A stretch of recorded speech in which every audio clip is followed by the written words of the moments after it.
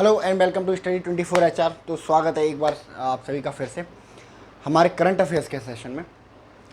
तो जैसा कि आपको पता है, हम अपने करंट अफेयर्स के सेशन में हर बार डिस्कस करते हैं अपना वीकली करंट अफेयर्स। तो आज भी हमारा सेम ही रहेगा, weekly current weekly current affairs. ठीक है, तो इस बार हम डिस्कस करने जा रहे हैं 28 मई से लेके 4 जून तक का करंट अफेयर्स पूरा का पूरा। ठीक है, नेशनल इंटरनेशनल है ना, अवार्ड, अपॉइंटमेंट, स्टेट की न्यूज़, स्पोर्ट की न्यूज़, समिट है ना, डेथ, रैंकिंग, ये सारी चीज़ें हम इन डेप्थ डिस्कस करते हैं अपने सेशन में। तो चलिए फिर शुरू करते हैं बिना देर की। तो एक कंट्री है लाटविया, जो कि आपको देखने को मिलती है यूरोप में, ईस्टर्न यूरोप में, रसिया के बिल्कुल ईस्ट में। रसिया से ही टूट कर 1991 में जब यूएसएसआर टूटा था, तब यूएसएसआर से टूट के ही जो थी ये जो लाटविया जो कंट्री है वो अलग हुई थी। ठीक है, इसको आप बाल्टिक कंट्री भी कहते हैं हम लोग, है ना। तो अभी हाल ही में यहाँ पे हुए इलेक्शन, है ना, और यहाँ पर एक नया प्रेसिडेंट जो है चुना गया है। तो क्या नाम है उन प्रेसिडेंट का? ठीक है,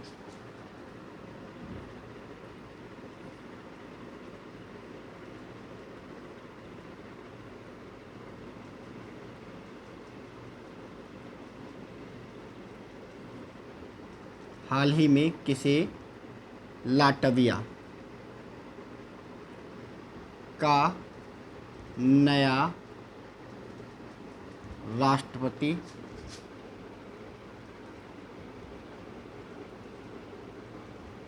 चुना गया है?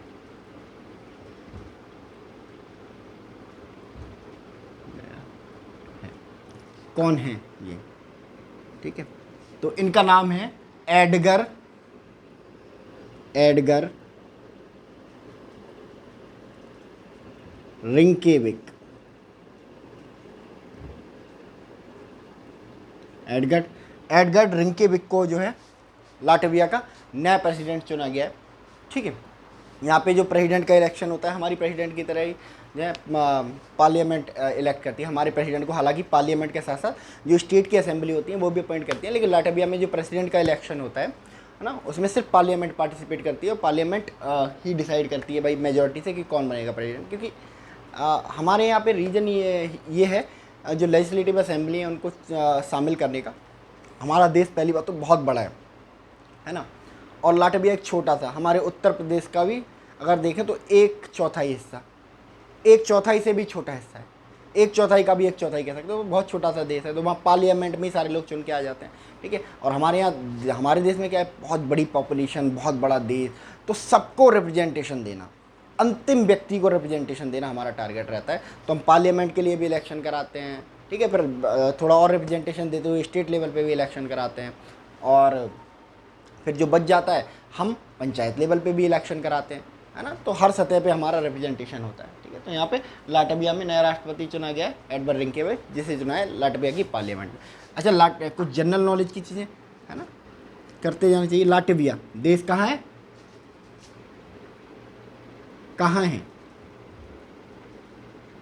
तो यूरोप में है। ठीक है, और इसकी राजधानी क्या है?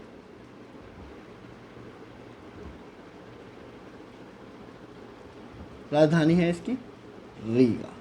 ठीक है, तो लाटविया यूरोप महाद्वीप में पाया जाता है ना, और इसकी जो राजधानी है वो रीगा है, याद रखेंगे इसको। चलिए नेक्स्ट। ठीक है,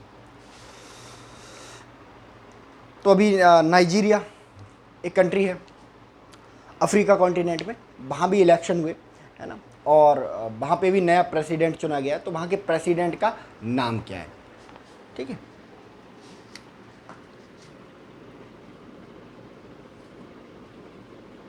हाल ही में संपन्न चुनावों में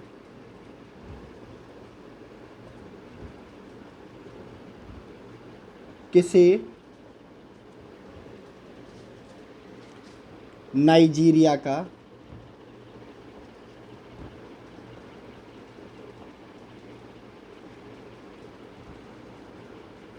नया राष्ट्रपति चुना गया है।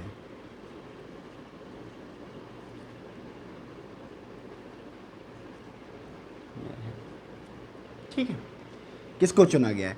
तो ये है, इनका नाम है बोला टिनुबू। ठीक है, इंग्लिश में ऐसे लिखते हैं, बोला टिनुबू। ठीक है, नाइजीरिया कहाँ है?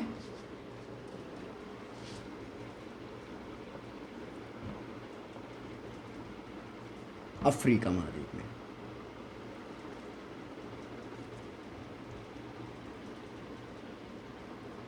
ठीक है, अफ्रीका में है। ठीक है, तो किसको चुना गया है नया राष्ट्रपति नाइजीरिया का? तो इनका नाम है बोला टिनुबू। बोला टिनुबू को चुना गया है नाइजीरिया का नया राष्ट्रपति। चलिए नेक्स्ट। ठीक है, अभी फिर तुर्की में भी इलेक्शन हुए। तुर्की, जिसको तुर्की भी बोला जाता है, तो तुर्की में इलेक्शन हुए। तुर्की में जो पुराने प्रेसिडेंट हैं वो दोबारा से लौट के आ गए, री इलेक्ट हो गए। ठीक है, तो पुनर्निर्वाचन हुआ है उनका। क्या नाम है इन प्रेसिडेंट का? ठीक है,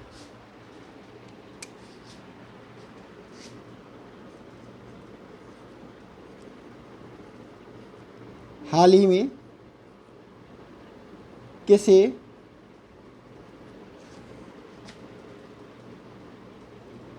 तुर्की का राष्ट्रपति पुनर्निर्वाचित किया गया है?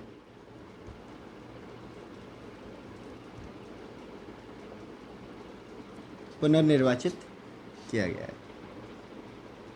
किया गया है।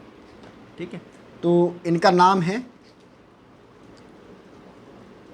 Recep Tayyip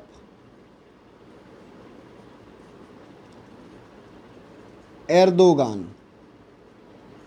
Recep Tayyip Erdogan साहब को तुर्की का राष्ट्रपति दोबारा से निर्वाचित किया गया है। ठीक है, तो इसको याद रखेंगे। तुर्की, रेसेप तैयप एर्दोगान के बारे में तो बड़ा एंटी इंडिया स्टांस रखते हैं ये, है ना।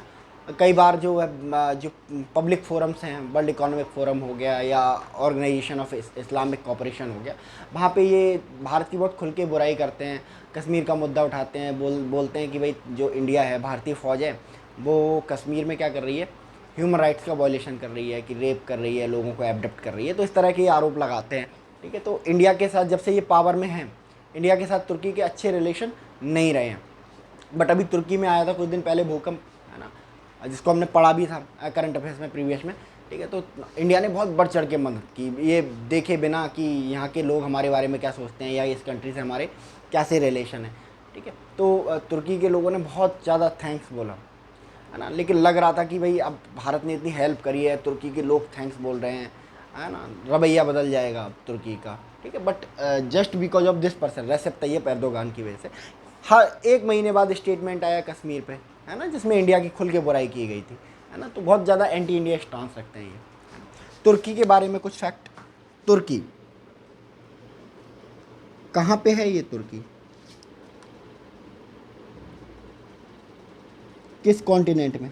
ठीक है, तो ये तुर्की एक ऐसा देश है जो एशिया में भी है और यूरोप में भी है। ठीक है, आप जब मैप को देखोगे तो आधा तुर्की एशिया में है, आधा तुर्की अफ्रीका यूरोप में है। ठीक है, बट तुर्की खुद ही कहता है कि हम भाई यूरोप में है ना। यूरोप में दिखाने का मतलब यही होता है ना कि हम बहुत ज़्यादा एडवांस हैं, बहुत ज़्यादा प्रोग्रेसिव हैं, है ना। तुर्की को दिखाने का मतलब ये यूरोप में दिखाने का मतलब खुद को, जैसे है ना हमारे यहाँ भी जैसे साइकी है ना, कि अंग्रेज़ों को बहुत ज़्यादा पसंद करते हैं, उनका कल्चर बहुत ज़्यादा हम लोग फॉलो करते हैं। तो इसी वजह से ये कहते हैं नहीं नहीं हम तो भाई यूरोप में हैं। ठीक है, और तुर्की की जो कैपिटल है वो क्या है? राजधानी वो है अंकारा। तुर्की की राजधानी है अंकारा, इसको याद रखेंगे। चलिए आप इसको एक बार नोट कर लीजिए।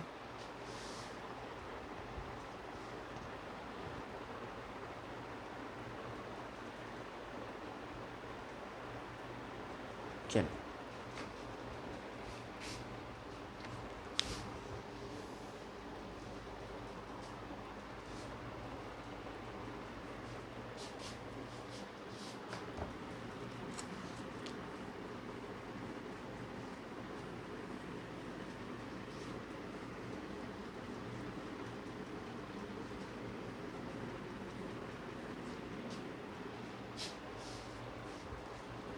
ठीक है। WMO वर्ल्ड मेट्रोलॉजिकल ऑर्गेनाइजेशन, विश्व मौसम विज्ञान संस्थान, ठीक है।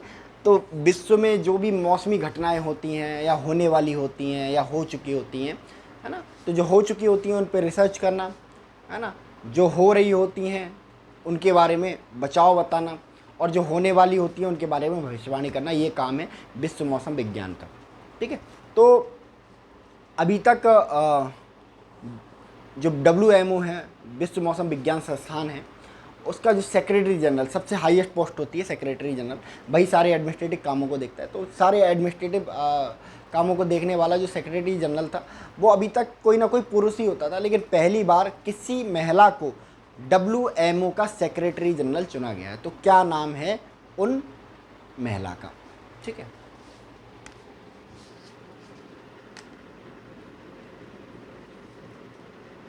हाल ही में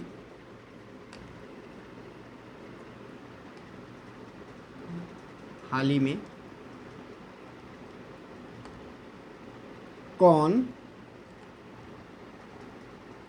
विश्व मौसम विज्ञान संस्थान, हाल ही में कौन विश्व मौसम विज्ञान संस्थान की पहली महिला सेक्रेटरी जनरल बनी है, ठीक है। तो इनका नाम है सेलिसेट साउलो, सेलिसेट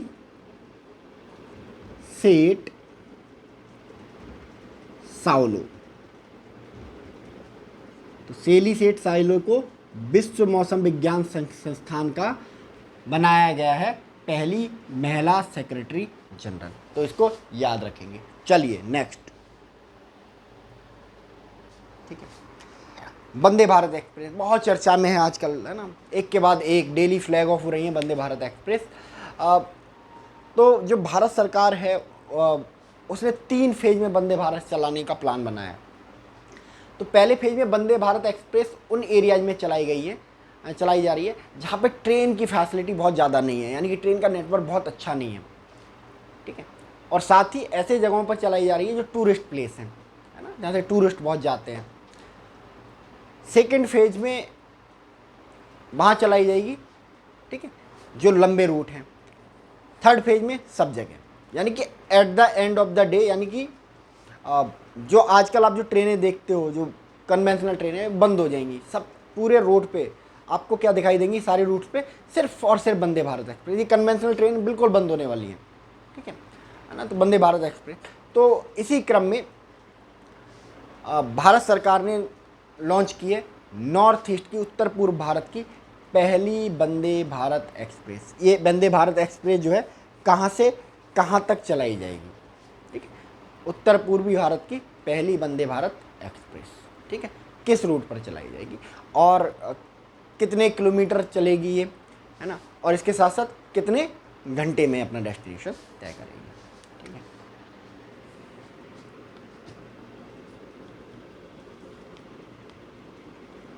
हाल ही में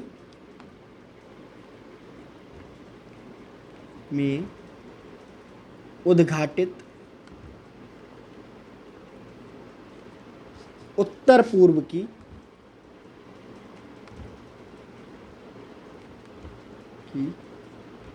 पहली वंदे भारत एक्सप्रेस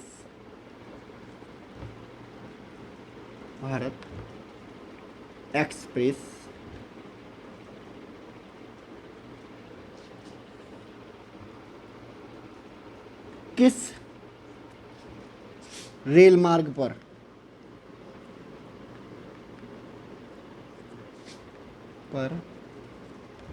चलाई जाएगी,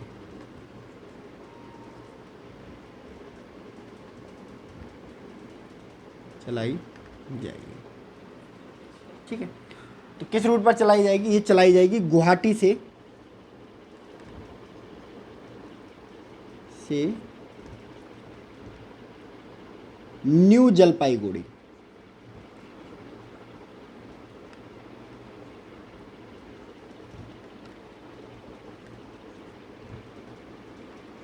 न्यू जलपाईगुड़ी तक चलाई जाएगी। गुवाहाटी कहाँ पे है? असम में है। और जलपाईगुड़ी कहाँ है? पश्चिम बंगाल में है।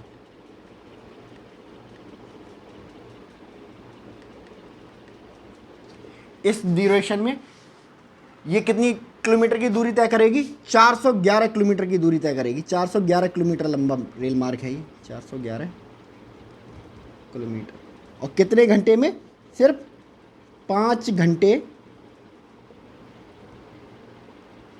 30 मिनट में। 5 घंटे 30 मिनट में। ठीक है, तो उत्तर पूर्व भारत की पहली वंदे भारत एक्सप्रेस लॉन्च हुई है, जो चलाई जा रही है गुवाहाटी से न्यू जलपाईगुड़ी तक, है ना। और गुवाहाटी कहाँ है? असम में है। न्यू जलपाईगुड़ी पश्चिम बंगाल में। दोनों के बीच में 411 किलोमीटर की दूरी है और 5 घंटे 30 मिनट यानी कि 5.5 घंटे अपने डेस्टिनेशन को तय करने में लेने वाली है ये। ठीक है, चलिए इसको नोट कर लीजिए एक बार।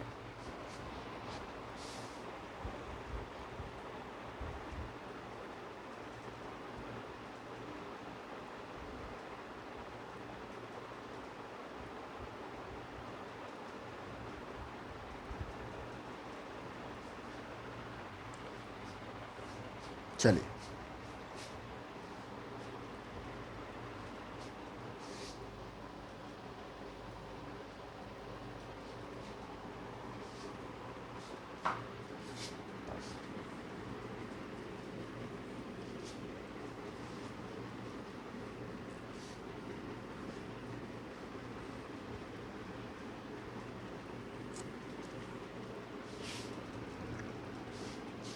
ठीक है।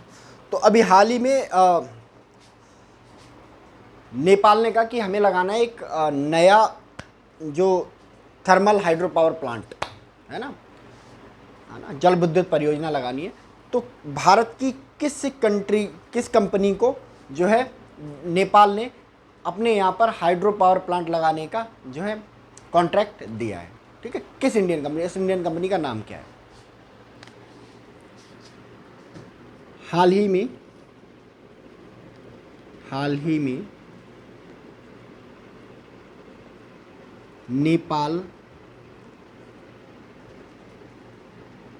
नेपाल ने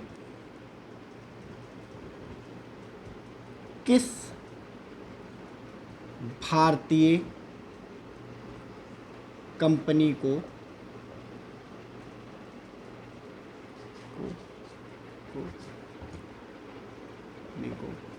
अपने देश में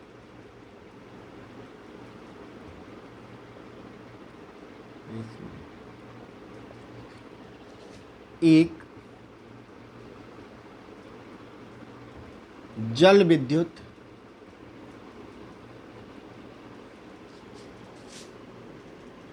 संयंत्र लगाने का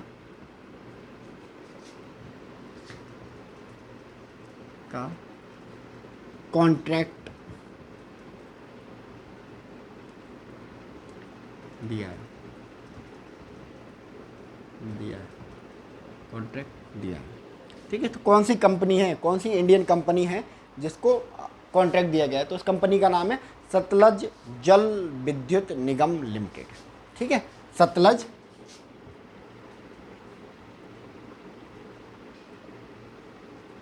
जल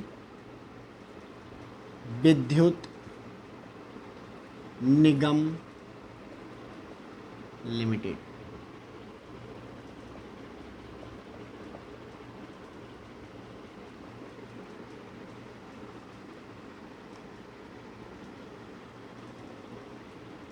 जल विद्युत निगम लिमिटेड। ठीक है, सतलज जल विद्युत निगम लिमिटेड को मिला है कॉन्ट्रैक्ट नेपाल में एक जल विद्युत संयंत्र लगाने का। ठीक है, इसको याद रखेंगे। चलिए नेक्स्ट। ठीक है, अभी हाल ही में बड़ा जो दर्दनाक ट्रेन एक्सीडेंट हुआ और इतना भयानक कि पूरे देश में इमोशंस की एक भावनाओं की एक बाढ़ आ गई, है ना, बहुत दुखी थे लोग, है ना। मैंने भी यूट्यूब पे बहुत सारी तस्वीरें देखी थी जिसमें एक बाप अपने बेटे की डेड बॉडी ढूंढ रहा था, रोते हुए ढूंढ रहा था, है ना, इकलौता बेटा था। तो बड़ा पेनफुल ट्रेन एक्सीडेंट था।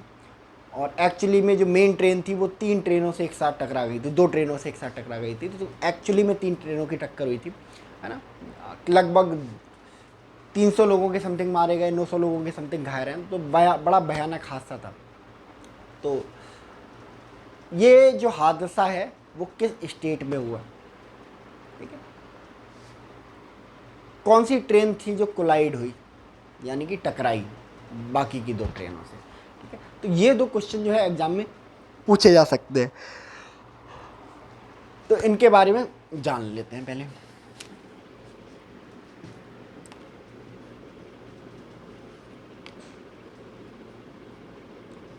हाल ही में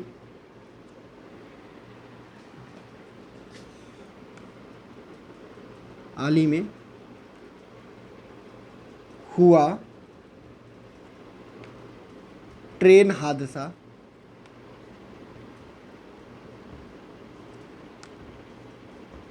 किस राज्य में हुआ,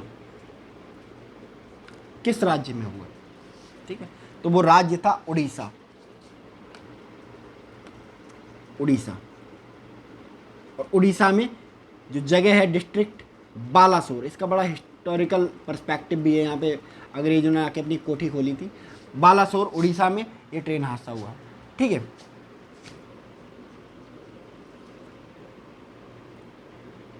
हाल ही में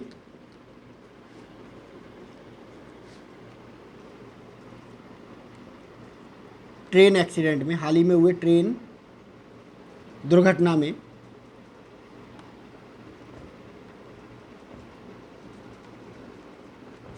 हाल ही में हुए ट्रेन दुर्घटना में हाल ही में हुए ट्रेन दुर्घटना में कौन सी ट्रेन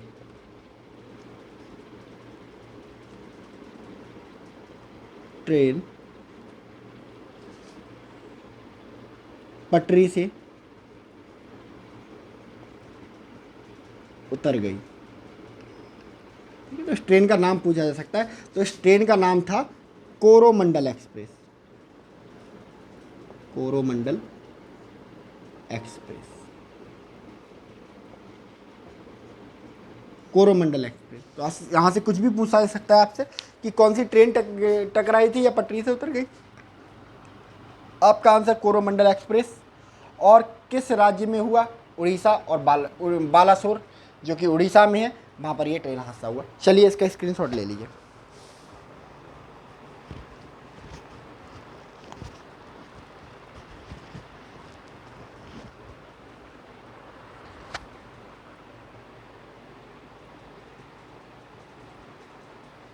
चलिए,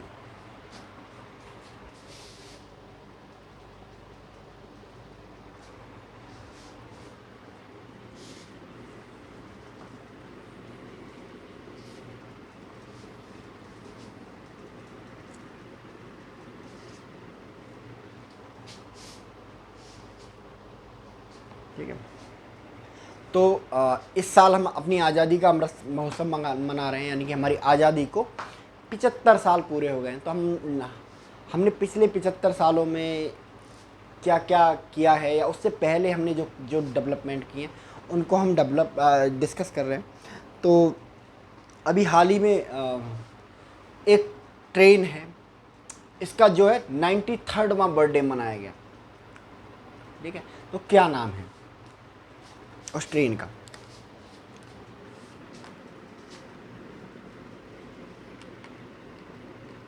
हाल ही में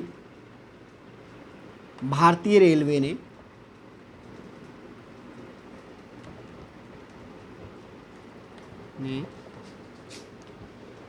किस ट्रेन की 93वीं वर्षगांठ मनाई है। ट्रेन में भी वर्षगांठ मनाई है। तो कौन सी ट्रेन है वो ट्रेन है, इस ट्रेन का नाम है डेक्कन क्वीन।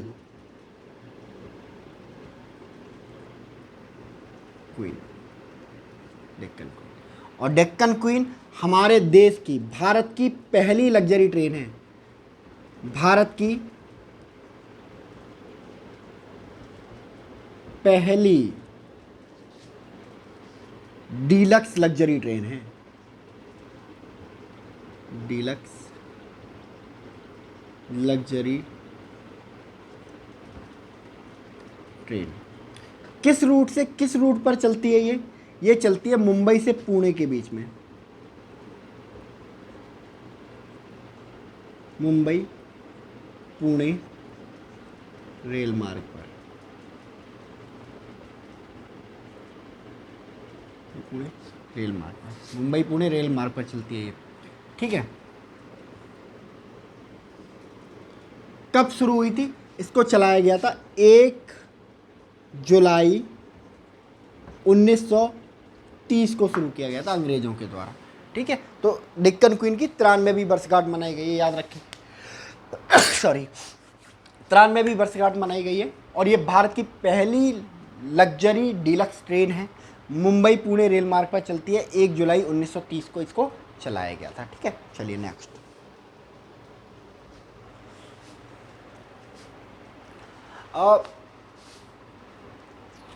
FSSAI, आपने बहुत जगह ये नाम लिखा देखा होगा, खास करके जो फूड प्रोडक्ट, मैगी वगैरह आप जो लेके आते हैं, टॉफ़ीज़ वगैरह, चॉकलेट वगैरह लेके आते हैं, उनके पीछे FSSAI लिखा रहता है ना। तो ये FSSAI है क्या? FSSAI का फुल फॉर्म है food safety and standard authority of India, यानी कि एक ऐसा संस्थान है ना जो खाने योग्य वस्तुएं जो बनाई जाती हैं उनको प्रमाणित करता है। ठीक है, मार्केट में आने से पहले FSSAI की मंजूरी के बिना कोई भी प्रोडक्ट, खाने योग्य जो प्रोडक्ट है, वो मार्केट में लॉन्च नहीं किया जा सकता है ना। अब ये इंश्योर कैसे करते हैं? इसके लिए बहुत सारी जो इन्होंने अपनी फूड पुलिस बनाई हुई है, ठीक है, जो जगह जगह छापे डालती है और खाने की क्वालिटी को चेक करती है ना। फूड इंस्पेक्टर, आपने सुना होगा, एक पोस्ट का नाम होता है, आप एग्ज़ाम देते हो, हर साल एग्ज़ाम आता है, आप लोग जब ज़रूर भरिएगा, FCI food corporation of India का, तो फूड इंस्पेक्टर उसमें बनते हैं ना, तो वो फूड इंस्पेक्टर यही काम करता है। तो अब ये फूड इंस्पेक्टर क्या होता है कि भाई फूड इंस्पेक्टर जब सिलेक्ट हो जाता था, अब उसको 1-2 दिन सिखाया कि भाई देखो ऐसे खाने पीने की टेस्टिंग करनी है ना, और ऐसे पेनल्टी करनी है, ऐसे बैन करना है, ये सब आपने करना है। तो 2 दिन की ट्रेनिंग में कोई पर्सन क्या ही सीखता है ना। तो अब फूड इंस्पेक्टर क्या करता था कि करप्शन का सोर्स बन गया वो, उसे आता नहीं है ट्रेनिंग, उसे नहीं पता कि खाने को किस पैरामीटर पे परखना है ना। वो जाएगा किसी भी दुकान में, खाएगा पिएगा और उस खाने को बेकार बोलेगा, खाने की चीज़ को, और उससे पैसे लेके आएगा, रिश्वत लेगा मोटी तक। ठीक है, क्योंकि इसके पास कोई प्रॉपर ट्रेनिंग सेंटर है ही नहीं। तो अभी हाल ही में खाने की चीज़ें हैं उनकी जांच करने के लिए एक नेशनल ट्रेनिंग सेंटर बनाया गया है ना, और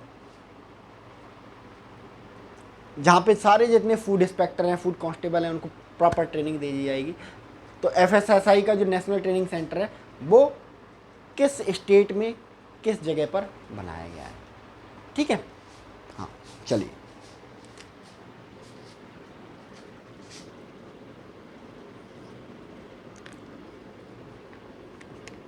हाल ही में किस स्थान पर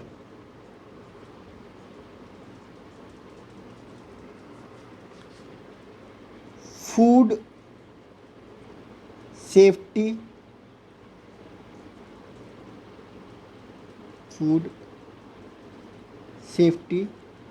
एंड स्टैंडर्ड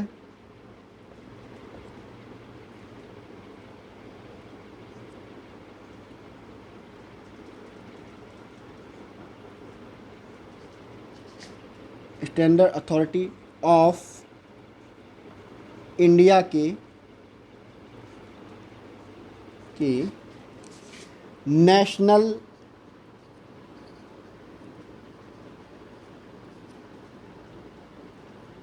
ट्रेनिंग सेंटर की स्थापना की गई है, की स्थापना की गई है, ठीक है, किस स्थान पर, ठीक है। तो ये स्थान है, इस स्थान का नाम है गाजियाबाद।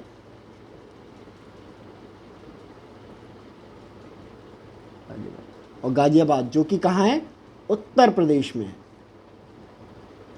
ठीक है। तो उत्तर प्रदेश के गाजियाबाद में food safety and standard authority of India के लिए एक ट्रेनिंग सेंटर की, नेशनल ट्रेनिंग सेंटर की स्थापना की गई है। तो याद रखेंगे इसको, ठीक है। चलिए इसको नोट कर लीजिए।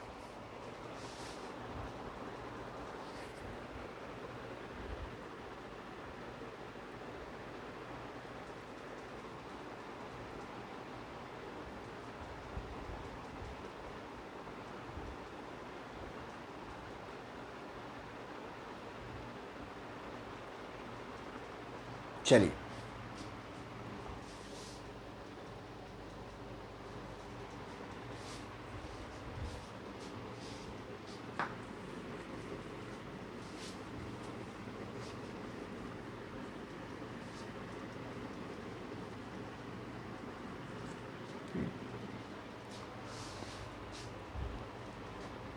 तो हाल ही में आरबीआई ने लगाया जुर्माना, कितने लाख रुपए का, 84 लाख रुपए का जुर्माना लगाया एक बैंक पर, ठीक है। हाल ही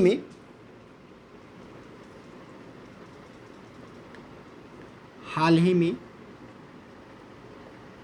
रिजर्व बैंक ने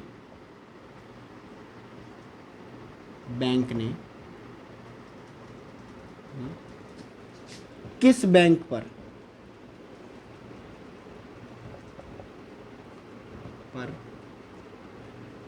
84.5 लाख, ठीक है, रुपए का जुर्माना लगाया है। किस बैंक पर ये जुर्माना लगाया है? अब क्यों लगाया है जुर्माना, आरबीआई क्यों कहता है ये ऐसा, है ना, क्यों आरबीआई को कौन अधिकार देता है? तो आरबीआई मतलब रिजर्व बैंक ऑफ इंडिया, ठीक है। एकमात्र काम इसका, है ना, जो सबसे इम्पोर्टेंट और सबसे प्रमुख काम माना जाता है, बैंकों को कंट्रोल करना, रेगुलेट करना, ठीक है, ताकि जो बैंक हैं वो पब्लिक के वेलफेयर के लिए काम करें, पब्लिक के लिए एक्सप्लॉइट करने का काम ना करें, ठीक है। क्योंकि बिना रेगुलेटर के हमने देख लिया, है ना, बिना कंट्रोलर के हमने देख लिया, जो आप पिक्चरें देखते थे पुराने में, तो गांव में एक लाला होता था, ठीक है, तो वो उधार देता था, ठीक है, क्या रखता था, ज़मीन रखता था, घर गिरवी रख लेता था, है ना, कंगन गिरवी रख लेता था, जेवरात गिरवी रख लेता था। और जब उसके मन में लालच आ जाता था, उसको लग गया कि भाई ज़मीन अब हड़पना है मुझे, है ना, तो वो घर पे जाके कब्जा कर लेता था। तो वो भी तो बैंक था, बैंक भी तो यही काम करता है, ठीक है। तो लाला ऐसा क्यों कर पाता था? क्योंकि लाला के ऊपर कोई कानूनी दबाव नहीं था, लाला को कोई रोकने वाला नहीं था। अगर बैंकों को भी अगर नहीं रोका जाएगा, बैंकों को रेगुलेट नहीं किया जाएगा, तो बैंक भी वही काम करेंगे जो पुराने टाइम पे लाला या जमींदार किया करते थे, है ना, हाई रेट पे लोन दो, है ना, घर गिरवी रखवा लो, जेवरात गिरवी रखवा लो, है ना, कोई चीज़ गिरवी रखवा लो, है ना, और समय आने पे क्या करो, उसको हड़प लो, है ना। तो कंट्रोल करना बहुत ज़रूरी है ना। तो कंट्रोल करने के लिए बनाया गया आरबीआई को, है ना। तो आरबीआई बैंकों पे कड़ी निगरानी रखती है, उनको बताती है कि ये करना है, ये नहीं करना है ना। आपको बैंकिंग करनी है पब्लिक वेलफेयर के लिए, अपने वेलफेयर के लिए बैंकिंग नहीं करनी है आपको, ठीक है। तो बहुत सारी चीज़ों के लिए जिम्मेदार होता है आरबीआई की, कहाँ कहाँ नज़र रखनी है। तो आरबीआई ने इस बैंक पर जुर्माना लगाया है, उस बैंक का नाम है सेंट्रल बैंक ऑफ इंडिया।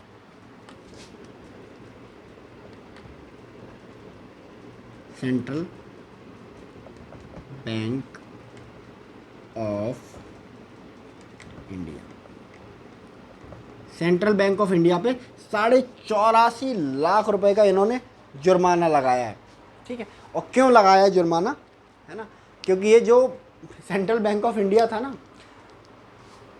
अब एसएमएस भेजता था अपने कस्टमर्स को और उस एसएमएस का चार्ज लेता था, जबकि आरबीआई की गाइडलाइंस के अनुसार हर बैंक का ये दायित्व है कि वो अपने कस्टमर, अपने ग्राहकों को उनके खाते से जुड़ी जानकारियां मुफ्त में दे, ठीक है भाई, मैंने आपके यहाँ खाता खुलवाया है, अब मेरे खाते के बारे में हालचाल तो दोगे ना, मेरे खाते से कौन पैसा निकाल रहा है, कौन जमा कर रहा है, इसका मैसेज मुझे भेजोगे ना, है ना। वो तुम्हारी जिम्मेदारी है, मैंने आपके पास पैसा जमा किया है तो आपका रिस्पॉन्सिबिलिटी है कि वो सेफ रहे, है ना। तो इसको बताने के लिए आप मुझसे पैसे लोगे कि देखो आपके अकाउंट से 20 रुपये कट गए और 2 रुपये काट लिए, तो टेक्निकली तो मेरे अकाउंट से 22 रुपये कट गए, है ना। आपने ये बताने के लिए कि मेरे अकाउंट से 20 रुपये किसी ने काट ली और आपने मेरे अकाउंट से 2 रुपये काट लिए, तो मुझे तो 22 रुपये का नुकसान हो गया, ठीक है। आप मुझे बता रहे हो मेरे अकाउंट में कितना बैलेंस है, ठीक है, उसमें से 2 रुपये काट के 1000 रुपये बैलेंस था, आप मुझे बता रहे हो आपके खाते में 998 रुपये बैलेंस बचा है, मुझे क्या फ़ायदा हुआ, ठीक है। तो ये जो काम था central bank of India reserve bank को धोखे में रखे कर रहा था। इसके अलावा जो फ्रॉड को रोकने के लिए, बैंकों में फ्रॉड को रोकने के लिए जो नियम अपनाने चाहिए, सेंट्रल बैंक ऑफ इंडिया उनको भी नहीं अपना रहा था। तो इन्हीं 2 वजह से रिजर्व बैंक ने लगाया है 84.5 लाख रुपए का जुर्माना, किस पर, सेंट्रल बैंक ऑफ इंडिया पर, ठीक है। चलिए नेक्स्ट, ठीक है। तो अभी हाल ही में किस बैंक ने, है ना, किस स्मॉल फाइनेंस बैंक ने टाई अप किया है IBM के साथ अपना डिजिटल बैंकिंग प्लेटफॉर्म बनाने के लिए, ठीक है।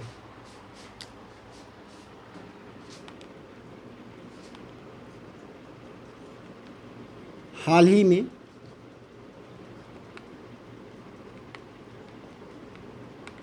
किस स्मॉल फाइनेंस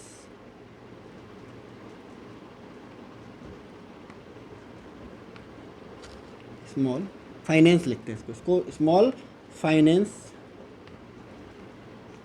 बैंक ने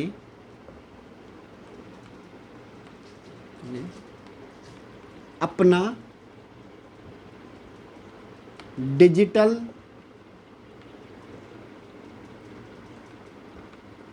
प्लेटफॉर्म, ठीक है, विकसित करने के लिए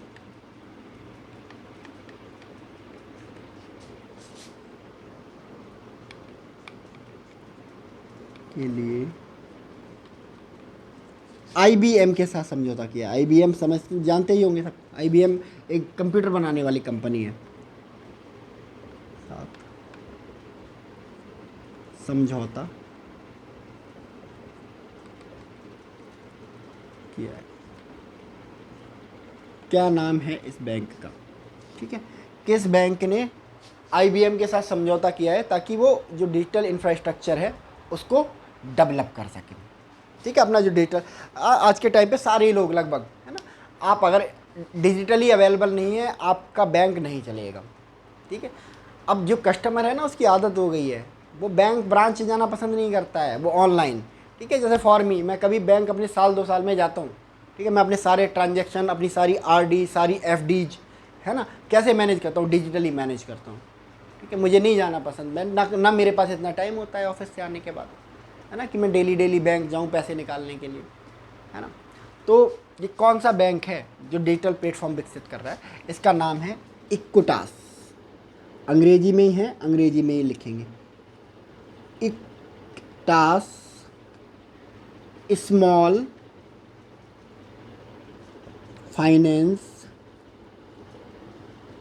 bank. Equitas small finance bank जो है उसने IBM के साथ किया है tie up to develop a digital infrastructure, अपने लिए एक बिंदास इंफ्रास्ट्रक्चर डेवलप करने के लिए, ठीक है।